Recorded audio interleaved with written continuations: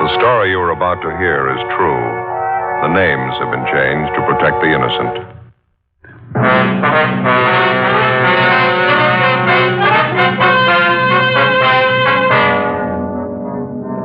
You're a detective sergeant.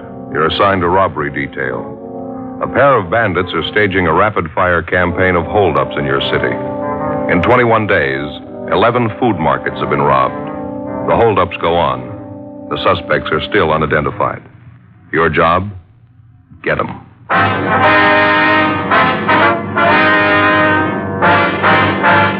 Dragnet, the documented drama of an actual crime. For the next 30 minutes, in cooperation with the Los Angeles Police Department, you will travel step by step on the side of the law through an actual case transcribed from official police files. From beginning to end, from crime to punishment, Dragnet is the story of your police force in action.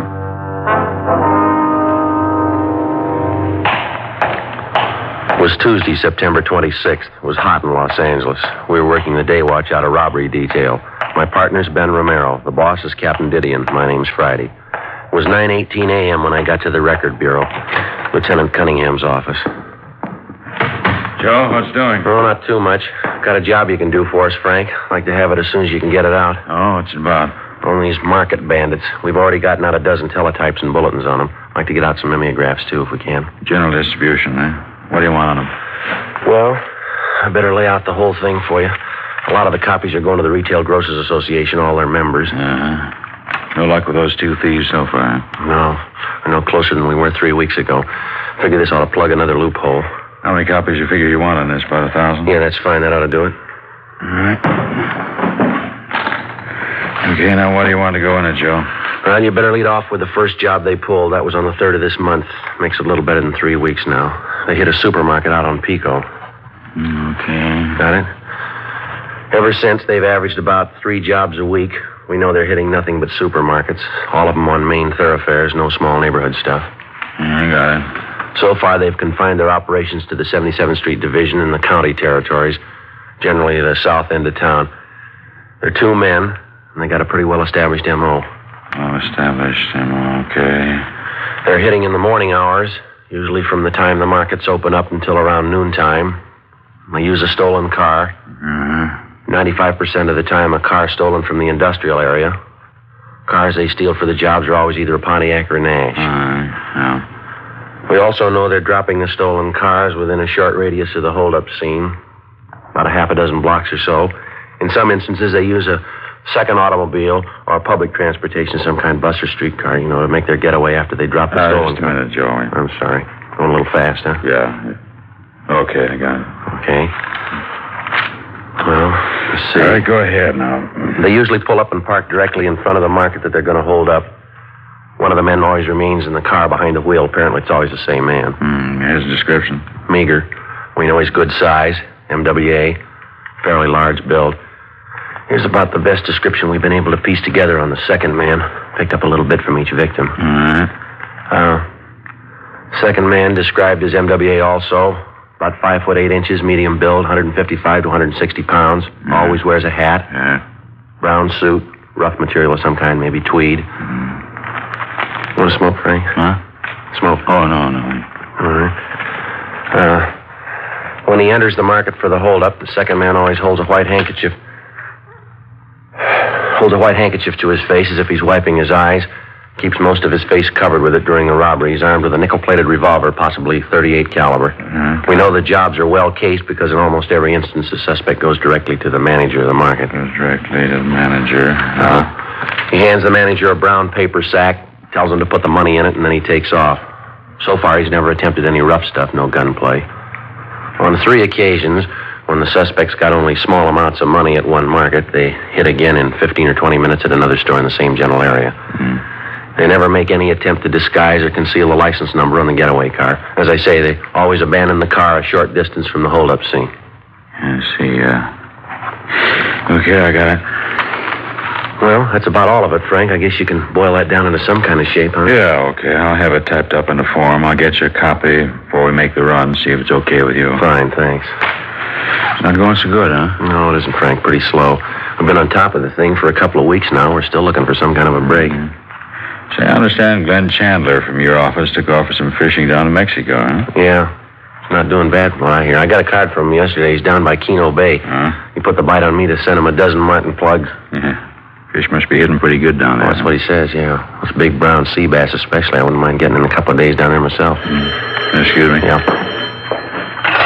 Record Bureau, Cunningham. Yes, a minute. You, Joe. Thanks, Frank. Yeah. Oh, yeah, Ben. When? All right. Yeah, okay. Right away. Yeah, fine.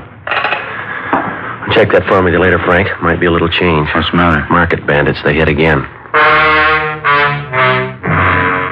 9:38 a.m. Ben and I got in the car and drove to the scene of the bandits' latest holdup, a new supermarket out on Slauson near the intersection of South Broadway. After interviewing the manager of the store and all available witnesses to the robbery, there wasn't much doubt about the identity of the suspects. The description and M.O. fitted perfectly with that of the two men who'd been staging a whirlwind campaign of market robberies throughout the south end of the city for the past 3 weeks. The approach and execution of the holdup was the same in every detail, even to the stolen car they'd used, which was found abandoned a short distance from the robbery scene. There was only one deviation, and it was the first break we'd had in the case since it started. A woman customer at the market, a Mrs. Thomas Swanson, saw the holdup man as he left the store and ran to the getaway car. She told us that the car door apparently stuck when he tried to pull it open, and that he took away the handkerchief which he'd held to his face in order to pull the door open with both hands. During those few seconds, she got a good look at him. After taking the crime report and making our preliminary investigation, we brought Mrs. Swanson downtown. We had her check through mug books of all recent parolees from the state penitentiary, all ex-convicts with robbery records. After a couple of hours of checking mug shots, she couldn't seem to make positive identification. I'm very sorry, officer. It just gets a little confusing after a while looking at all these pictures. I did get a good look at the man's face. I just can't settle on one of these pictures, so... Well, from what you did see of him, Mrs. Swanson, the lower part of the man's face especially, can you find a good likeness in any of these? Well, yes, I can find good likenesses for some of his features, but none of them are all together in any one of these pictures here. Like the mouth and chin on this man here. Yes, ma'am. Is that pretty close? Almost exactly, I'd say. And then the nose on this one here, it's the very same. I just haven't seen any picture that fits them all together. You know what I mean, don't you? Yes, ma'am, I understand. Now, these 5 pictures here that you've picked out, you'd pretty much say that they incorporate all the features of the man that you saw getting in that That's car? right, officer. This man here, and this one, too. I'd say the lower part of his face was exactly like that. The small mouth, mustache just like that, and the chin pointed like on this man. And the upper part of his face, would you say it resembled these others here? Yes. These 3 here, just the upper part. You see, around the eyes, the forehead. I'd say that was very close. Now, just put the 2 sets of pictures together, I think you'd have the man perfectly. Sorry, I can't be more help to you. As I say, looking at all these books of pictures, it gets a little confusing. Well, you've given us quite a bit of help, ma'am. Thank you very much. Not at all. Is there anything else? No, thank you. Not right now. We've got your address and telephone. We'll probably be contacting you in a day or two. If you'd like to wait right here, we'll make arrangements to have one of the officers drive you back to your home, all right? All right. Thank you very much. You're welcome. Goodbye, ma'am. We'll be talking to you. Okay, yes, goodbye, officer. What do you think, Joe? Well, it's more than we had yesterday. Her description's the best we've got on the guy so far. How about getting a composite picture made up from the mug shot she picked out? Yeah, that's what I was thinking. You want to duck in and get somebody to drive Miss Swanson home? I want to go in here in the captain's office, fellow. Yeah, okay. Thanks, Ben. Friday, how'd you make out? Well, could have been worse, Captain. Woman find anything in the mug books? No positive identification. She picked out 5 of them she thought were close. I think maybe Putoff over at the crime lab ought to be able to make up a pretty good composite from them. She fairly positive about the man's description? Yeah, seems to have a clear idea. Good composite ought to help us quite a bit. You get this new description of that mimeograph you're having made up? No, not yet. I'm going to see Frank about it in a minute. Hi, Skipper. Ben? Got a hold of Jess Gonzalez, Joe. He's going to drive Mrs. Swanson home. Fine. Did you ask him if he checked on that last run we made through the stats office? Yeah, he picked it up. He and Frank Estrada are going to start checking the names this morning. It's not much of a list. Been pretty well picked over already. So all you got from the witnesses out there this morning? Description from this Mrs. Swanson? Yeah, that's about it. The rest of it was their usual M.O. Swanson woman was the only one who got a good look at the guy when he took the handkerchief away from his face. How about the getaway car they found? Same as the others. Leighton Prince checked it over. It's clean. Well, 2 thieves had their share of luck. When we get ours? How about Metro Division, Captain? Can we get any help out there? What do you got in mind? Well, we know the take that the 2 thieves got in that job this morning was pretty small for them, $340. Yeah. From their M.O. in the past, we know Whenever they get a small take on a job, they usually hit another place fast. They work in a fairly concentrated area, down the south end. They only go after big markets on the main thoroughfares. Well, I was thinking if we could get some help from Metro, put maybe 15 or 20 crews down in the area for the next couple of days, might stand a good chance of grabbing them. We were talking to Dick Tiernan over at the sheriff's office, Skipper. He says he could put some of his men down that area, too. Cover the county on the fringes, the territory around there. What do you think? All right, fine. See if I can get Stevens at Metro right now. Set it up. Figure about 20 crews, is that right? Just about, yeah. With any kind of luck at all, we ought to land them. Well, sure worth a try. Lieutenant Stevens, please. Yeah, Joe, this is Harry Didion. Fine. We've got a little stakeout problem here. How about using some of your men? About 30? All right, I'll settle for 25. McKay? Yeah, south end of town. Those market bandits. Fine. Would you have them report here at robbery, 7 o'clock tomorrow morning? All right. Thanks a lot. It's all set. You got 25 men, 7 o'clock tomorrow morning. Okay, Skipper. We'll give you a dozen teams to start with. Gonzalez and Estrada are one more. How many you figure working from the sheriff's office? Oh, about 4 or 5 teams, I imagine. All right, it's your operation. You two will be in charge on our end. You run the show, you brief the men. If you need anything, call me. Right. How about the overall plan, Skipper? You got any special ideas on it? Just one. Yeah? Get 'em. 1:18 p.m. We got the revised description of one of the hold-up men to Lieutenant Frank Cunningham at the Record Bureau. He told us 1,000 copies of the special mimeograph form containing all available information on the 2 market bandits would be ready for us that night. We met with Sergeant Putoff, the artist at the crime lab, and he went to work making up a composite picture of one of the suspects from the mugshot selected by the robbery witness, Mrs. Swanson.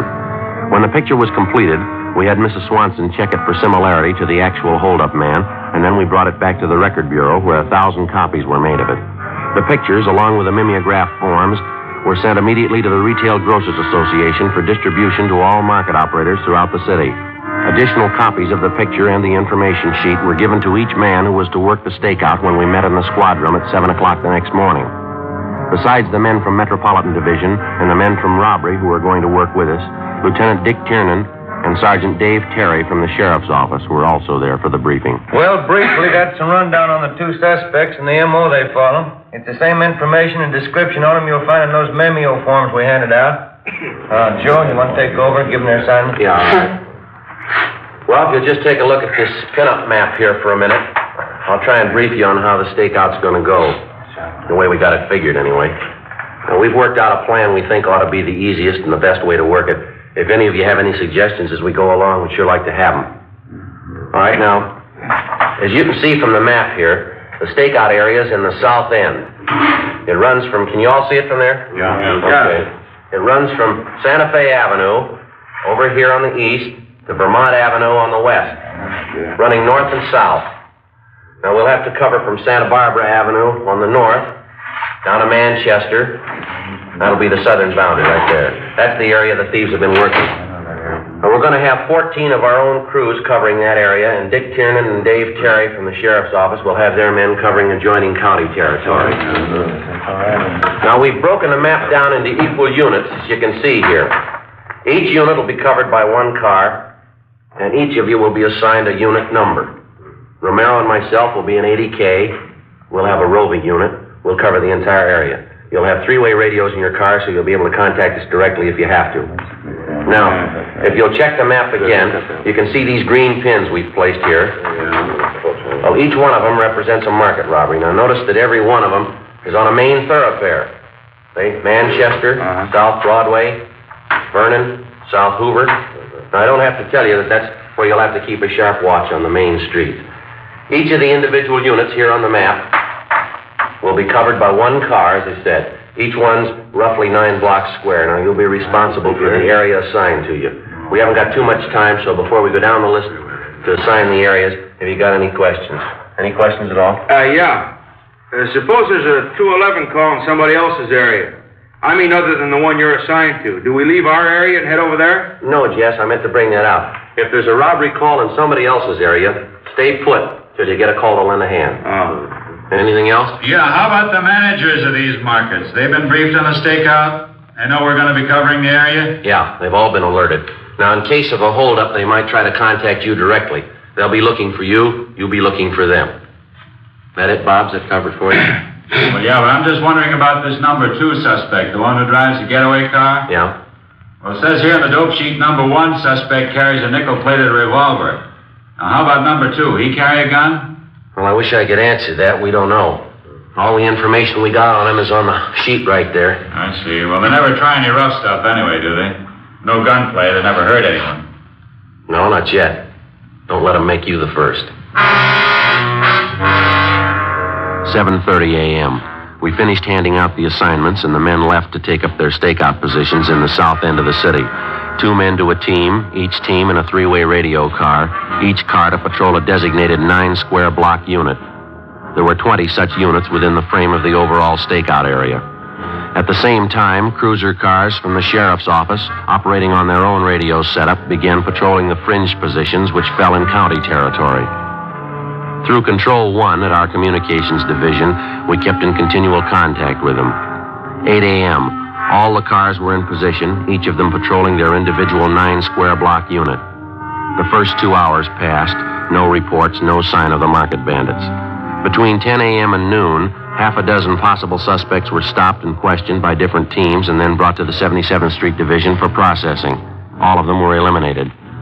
The afternoon of the first day went pretty much the same. We had shakedowns on 4 parked cars in the area and more shakedowns on possible suspects. Nothing materialized. The next morning, Ben and I, along with the other 32 men in the stakeout, picked up where we'd left off. Again, no sign of the suspects, no reports. The morning of the third day, the stakeout detail met in the squad room as usual and then left to take up their regular assigned positions. 7:35 a.m. How about it, Joe? You ready to go? Yeah, just a minute. Okay, let's go. I'll get it. Okay. Robbery Friday. Yeah. Where? When was that? Yeah, right away. Oh, come on, we gotta hurry. What is it? Market bandits, maybe we got them. 7:50 a.m. Ben and I arrived at the intersection of 58th and San Pedro Streets. 2 of our stakeout cruiser cars were pulled up at the southwest corner. One of the teams was Jess Gonzalez and his partner Frank Estrada. Gonzalez briefed us on what had happened. Victim's the owner of the supermarket down the block in San Pedro. He was walking from his house to the store, and he passed the corner here about 7:35 a.m. Had $340 on him. Part of yesterday's receipts from the store. They got him right up the street there, took every dollar of it. You sure it was a market bandit? An MO description they check out all the way. We had 2 teams on as soon as we got the word. Located the holdup car a minute ago. Where is it? Down on Avalon Boulevard. Well, how about the thieves, Jess? Car was empty, no trace of them.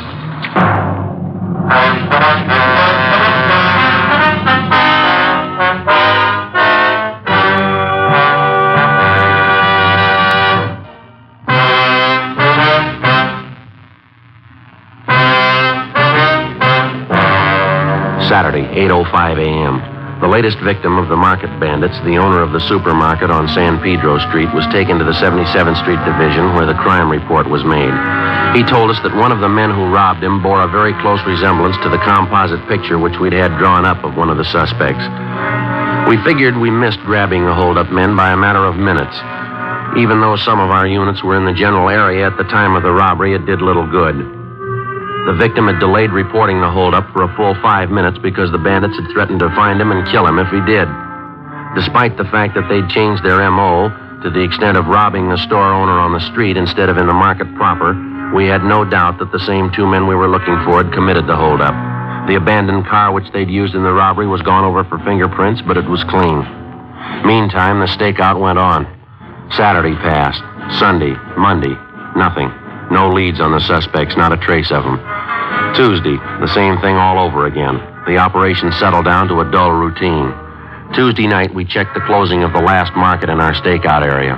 10:45 p.m., Ben and I drove back to the 77th Street Division. Every day seems to get a little longer. These lousy stakeouts sure don't wear very well on me. Yeah, I don't know what the setup's going to be if we don't get a break pretty soon. We can't hang on to the gang from Metro Division forever. Sure has been a bad month. All I need now is a visit from the in-laws. Yeah. That'd do it up fine. You talked to Jess at dinner, didn't you? Yeah.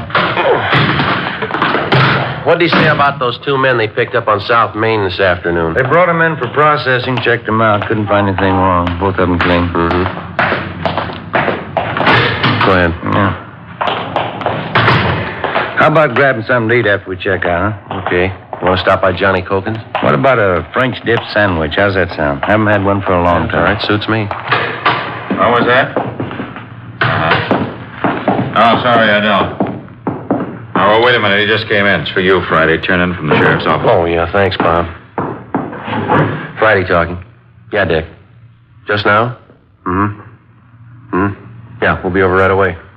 You got anything? Market bandits pulled a holdup a couple of minutes ago in a store on Graham Avenue. It's out in county territory. Yeah? One of the sheriff's units took the call, chased the holdup car 2 miles. They get the thieves? Well, you're half right. Huh? They got one of them. 10:52 p.m. Ben and I drove to the sheriff's Firestone substation where the market bandit suspect was taken after his apprehension. When we got there, we talked to Deputy Sheriff Sergeants Eddie Jones and Mel Viney, who had made the arrest. They said they arrived at the scene of the holdup, the market on Graham Avenue, a few moments after the bandits pulled away in their stolen Nash sedan. Jones and Viney gave chase, but when they finally forced the holdup car to a halt, the driver was the only one in the car. Somewhere along the route of the 2-mile chase, the second robbery suspect had succeeded in jumping out, along with the loot taken in the robbery and making good his escape. A broadcast in the bulletin was gotten out immediately. The holdup suspect they'd apprehended had been fingerprinted, and they were checking on his identification downtown. Ben and I went in to talk to him. Jones and Viney stood by while we questioned him. I still don't know what it's all about. Property clerk will give you an itemized receipt for everything you have on you. Take everything out of your wallet now. Put it out on the table. You're making a pretty big thing out of nothing, aren't you? I haven't done anything. You want to check those things from his wallet, Ben? The cards and some of those papers? Yeah.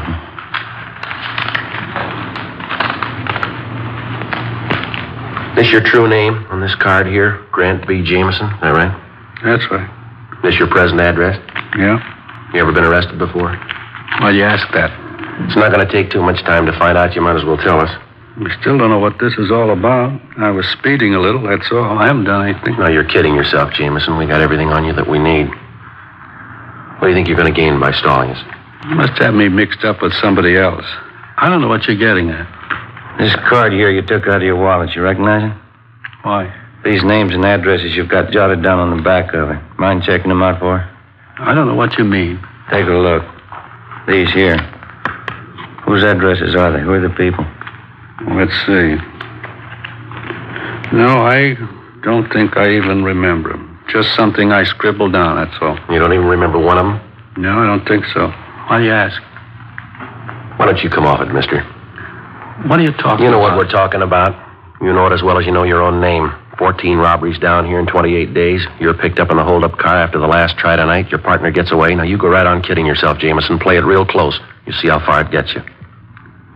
I sure wish I knew what you were talking about. I don't know a thing about any robberies. All right, then you stand by, mister. You're going to know a lot more about him.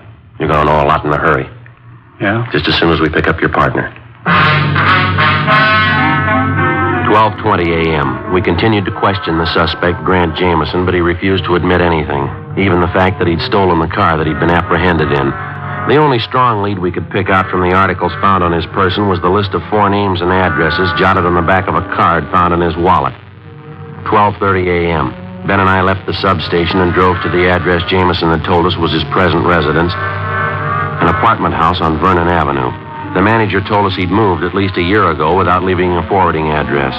1 a.m., we began checking out the list of 4 names and addresses which we'd found in the suspect's wallet. The first was a Jack Williams. His address, a Spring Street rooming house. The landlady told us he'd moved to Cleveland, Ohio 3 months before. The second was a John Gallagher. His address, a third-rate hotel in East Hollywood. He hadn't been registered there in the past 2 months. The third was a Matthew Sanford. His address turned out to be an apartment house in the Crenshaw district. Want to flash the light on the mailboxes over here, Joe? Yeah. Here you go. You see the name there? Yeah, here it is. M.L. Sanford. That ought to be it. Apartment 5. All right. Let's try it. Front door open? See. Yeah, let's go. All right. Number 5. Should be down this way, I guess. Mm-hmm. Number 5. Okay, let's give it a try.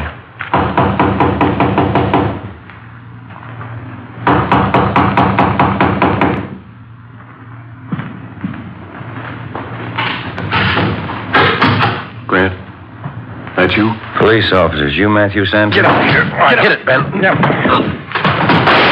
All right, come on. Put the gun down. Drop it. I got it, Joe. All right, get your hands out. I'll cover him. Look around, huh? All right. What is this anyway? What's the idea? You tell us. You pulled the gun. You got no business in here. You got no right. All right, you just stand still. We'll explain it downtown. Money sacks, Joe. Found them in the desk. Same market they hit tonight. All right, Sanford. You got nothing from me. I don't know what you're talking about. Get his coat, will you, Ben? Yeah, all right. What are you trying to build anyway? You haven't got anything on me? 14 robberies, mister. That's what we got on you. You think you got proof? We got it. Yeah? 14 victims. Come on, let's go.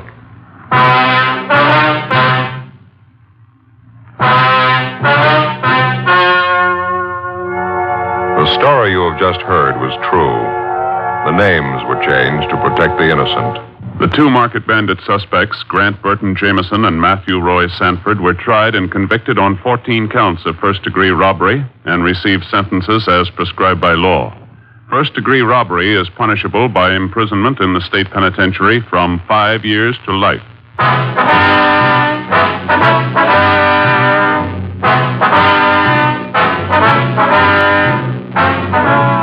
You have just heard Dragnet, a series of authentic cases from official files. Technical advice comes from the Office of Chief of Police W.H. Parker, Los Angeles Police Department.